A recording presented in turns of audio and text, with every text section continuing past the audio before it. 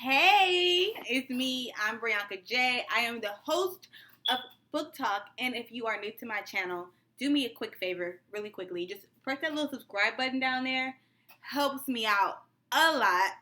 And if you've been here before, then you're in for a treat because today I'm going to tell y'all how I tripled my income with five books. Five books that took me from poor as fuck to like living pretty decently.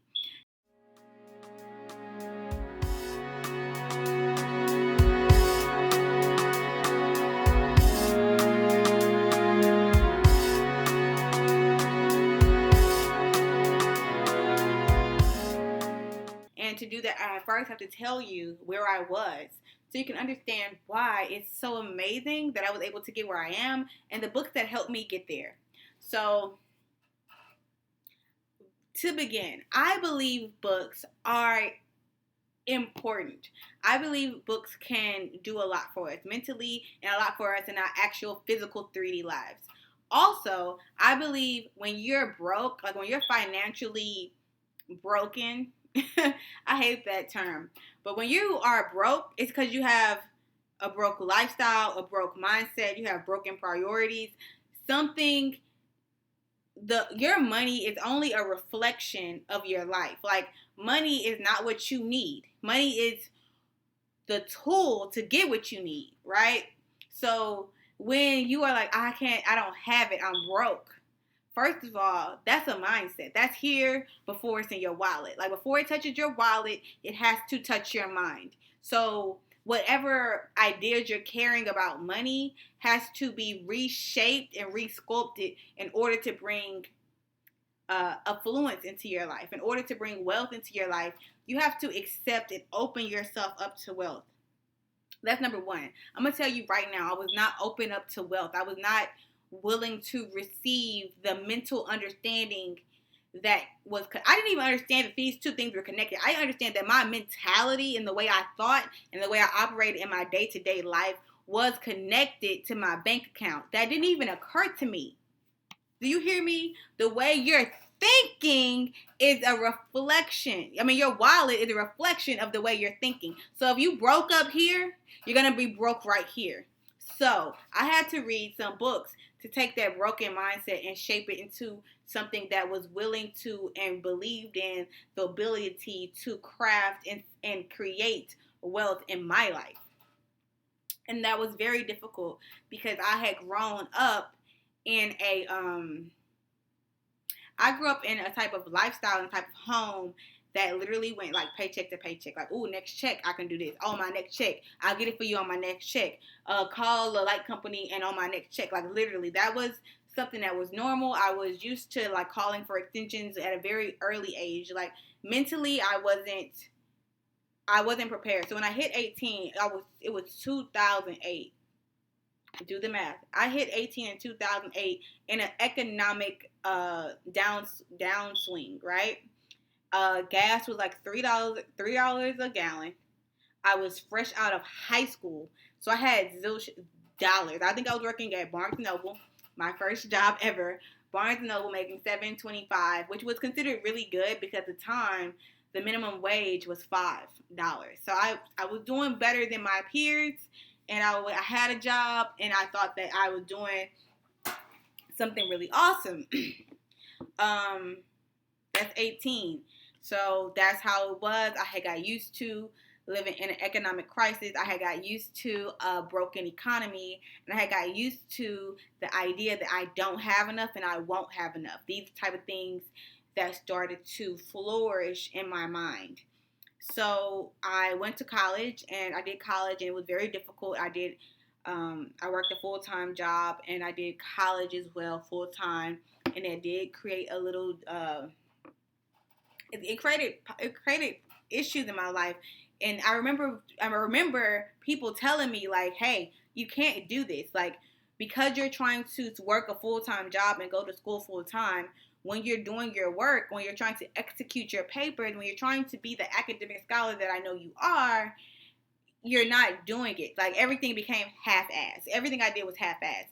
So if I if I did my job, I wasn't doing my job great because I was worried about school. And if I did my school great, I wasn't doing a good job because I was worrying about my job. Either way, right? Like, it was always a trade-off, and I wasn't able to balance the two, and it was really difficult. I did it, but I feel that I would have had more success had I chosen one lane or the other. But because of my financial woes, I didn't personally believe I had the opportunity to do so. That was another reflection of my broken mindset. When I finished school, I stayed at my job where I was making, this is me with a college degree, I was making about 23 grand a year. I was a supervisor. I worked in the food and beverage department. I had benefits, and I had a full-time job. I had insurance. I was paying my own. I had my own apartment, everything like that. But I was only making $23,000. Now imagine having an apartment, a car, a dog, all the bills, everything on you. I don't have any help from my parents, and I'm making $23,000, which is roughly a paycheck. Never hit the comma. Never $1,050. It was no more than $800, $900 every 2 weeks. I had to figure out everything on that budget, everything. I was sad. So this is me believing that I couldn't earn more, couldn't have more, accepting that I couldn't have more, having one stream of income that I couldn't seem to maximize, right? And I was frustrated. And so I started reading, and I read about 4 to 5 books, and it took my life from that measly $23,000 to making $65,000 to $70,000 a year. And that is like, listen, that doesn't sound like a much, but think about the idea that I tripled my income, tripled it, on top of the fact that I actually was able to do a lot more things to take my income from where it is now and make sure that no matter what happens, I can always see an economic uphill. So this is what I did. The first book I read was Lean In. The reason I am saying lean in is 1,000% is important is because this woman gave me a personal experience that told me that I can do it. Sheryl Sandberg wrote this book. She's the chief operating officer of Facebook. And then this whole book, I'm going to read it back for you. The whole book is about how she examines why women's progress in achieving leadership roles has stalled. And she explains the root causes and offers solutions that can empower women to achieve their full potential. Do you know what she said the reason was? She didn't say it was because I was female. She didn't say it because I was black. She didn't say because the economy was failing. She literally said because I wasn't leaning in to the table. She told me that I could not wait for someone to open the door. And I think that we like to fall into this mindset that I'm going to be good at it and I'm going to be like, imagine you being a singer. This is the thought. This is the American dream for real.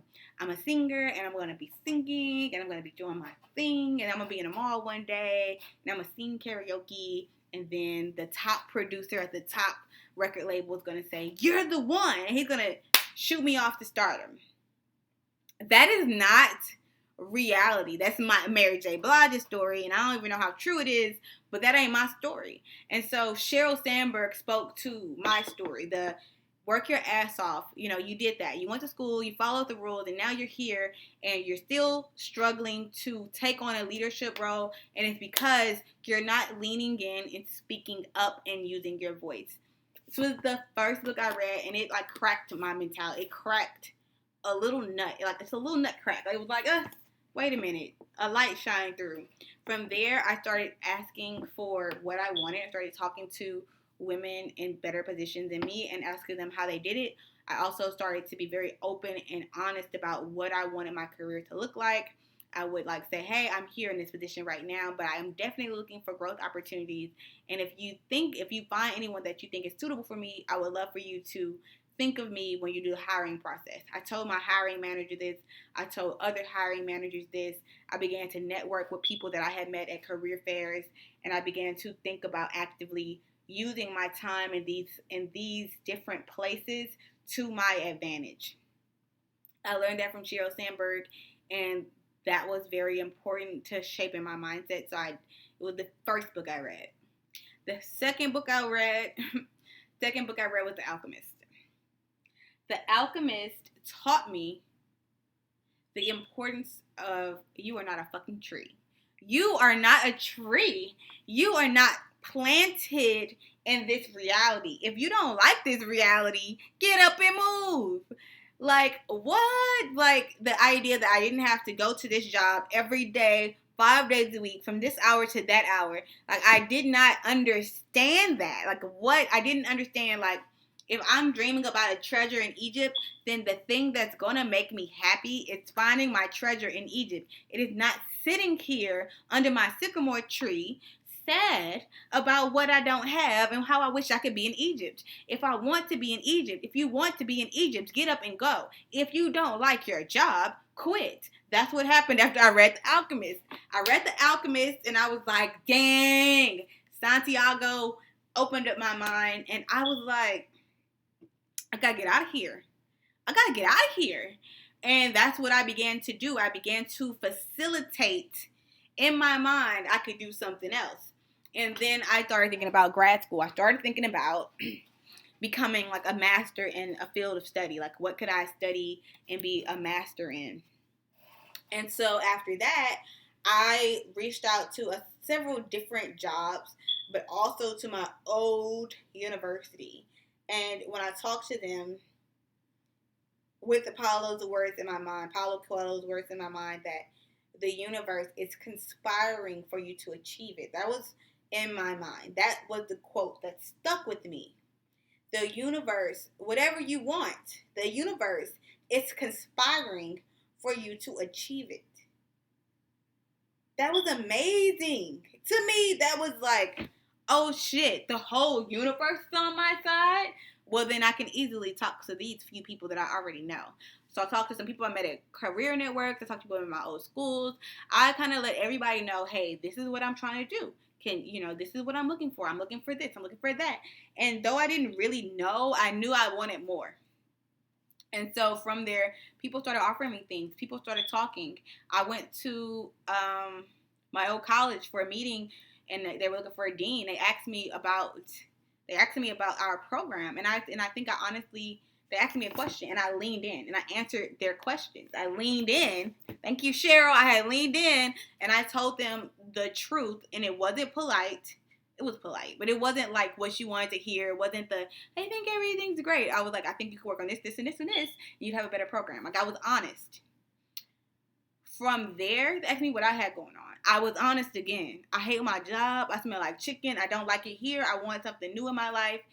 They offered me a full scholarship to my master's degree because I was willing and open to speak about what it is I wanted. What do you want? The whole universe is conspiring for you to achieve it. Just tell us what you want. And I was just telling people what I want, and I was speaking into existence, and I was thinking about Paulo Coelho, and I was thinking about The Alchemist and making alchemy in my life, and that's what I was able to do. I got a full ride for a master's degree in my passion, in literature. Like, that's what happened. Excellent. 3 days later, I called that job and I quit. I got accepted, and I took that opportunity, and I was like, I'm going to do it. That was the second book I read. The third book I read, sorry, this video's getting long. The third book I read was The 4 Agreements. The 4 Agreements is awesome, and it taught me to think more openly and to be more thoughtful in how I interacted. And I think the agreement that resonated with me was don't take nothing personal. Don't take anything personal. And it's a lot of reasons to feel that way. But one of the things for me was I was always like, well, why did my mom do this? Or why did my parents do this? Or why didn't they pick me? Or why wasn't I chosen? And it was like, look, that ain't personal. Nothing's personal. If you're not chosen, that's okay. It's completely not personal. No one is not attacking you singularly. There's nothing wrong with you personally. It is just something in your way that you have to overcome. Overcome it.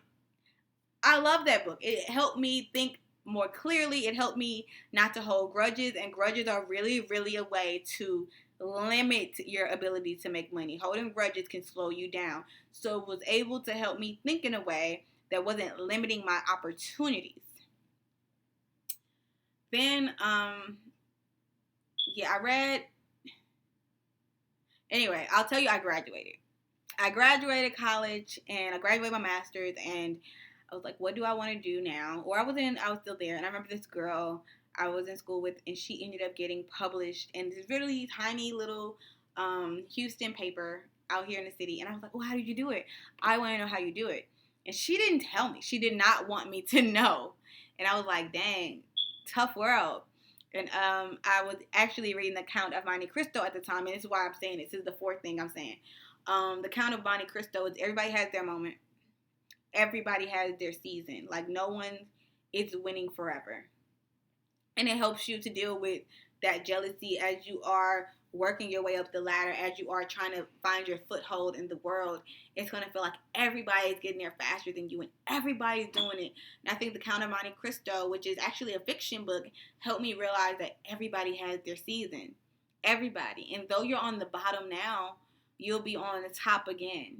And that though people can tend and will forget that, you can keep that in mind. When you're in your downswing, there's no reason to be jealous. There's no reason to be competitive. There's no reason to be nasty, because you will have an upswing again. And the best thing to do when someone's in an upswing is to congratulate them and love them, and, build a better relationship with that person, because A, they have connections and opportunities to help you to share in that same success, and B, jealousy is never going to get you what you want.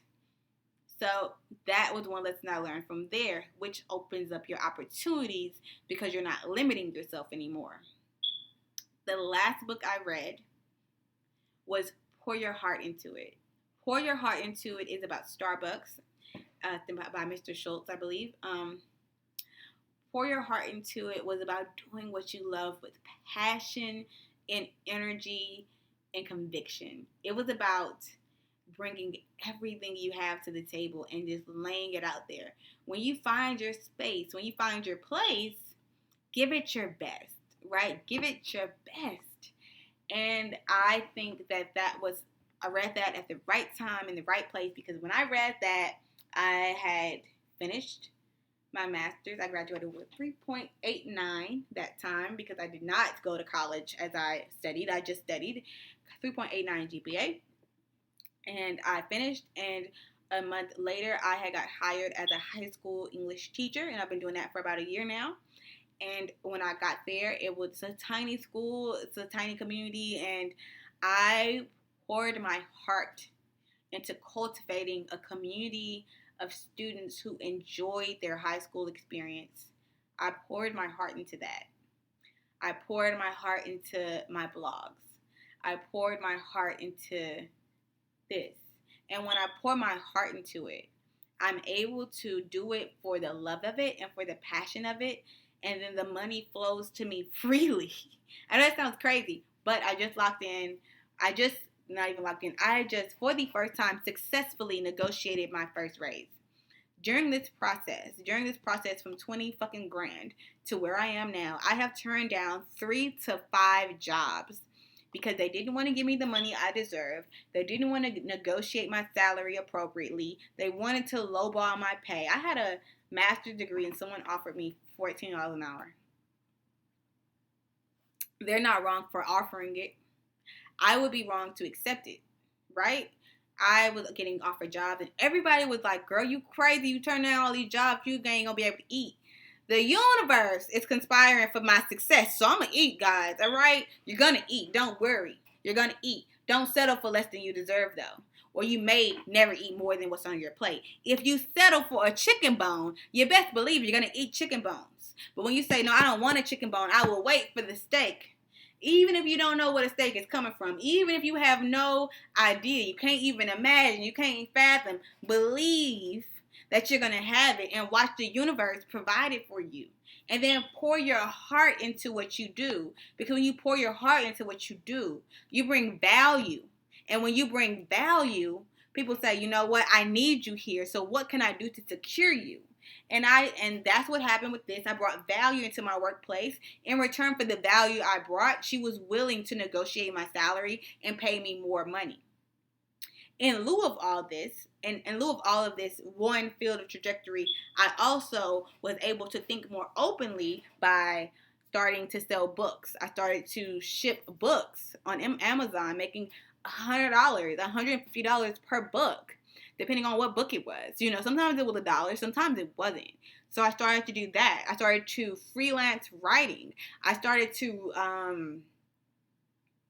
set up websites. I started to think about the things and the skills I had and think about how I could exchange them for what I needed. What I needed at the time was some food, and I needed someone to say, hey, will you write me a resume?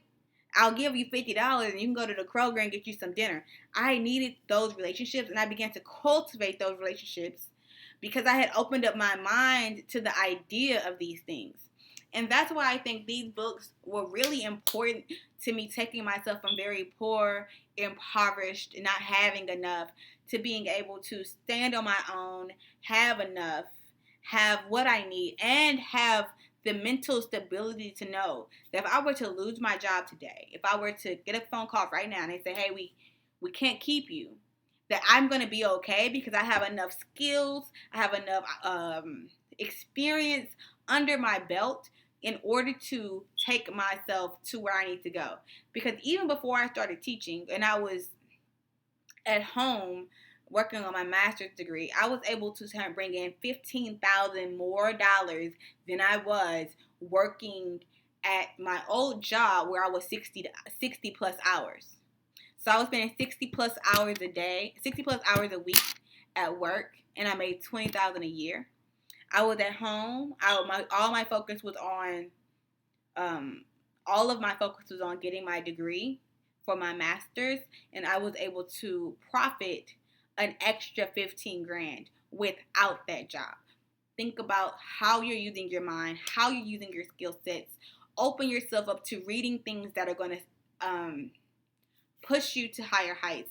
And I swear, if you read these books and you don't feel like, oh, I gotta, like, call me and I'm gonna get your money back. Call me and I'm gonna run you your $30, $40 back. But $40 to triple your income is absolutely nothing. That is a small investment. And I'm telling y'all, I was able to be like, psh, okay? Like, these books helped me to level up.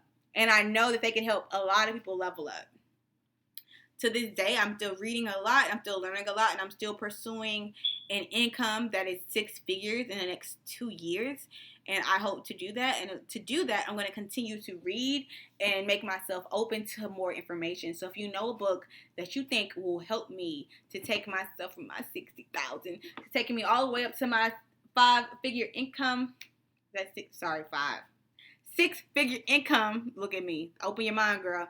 If you know a book that you think will take me from my 5 figures to 6 figures, let me know. Drop it in the comment box. I would love to check it out. Also, let me know what you think of this video. Make sure you subscribe. Leave me a comment.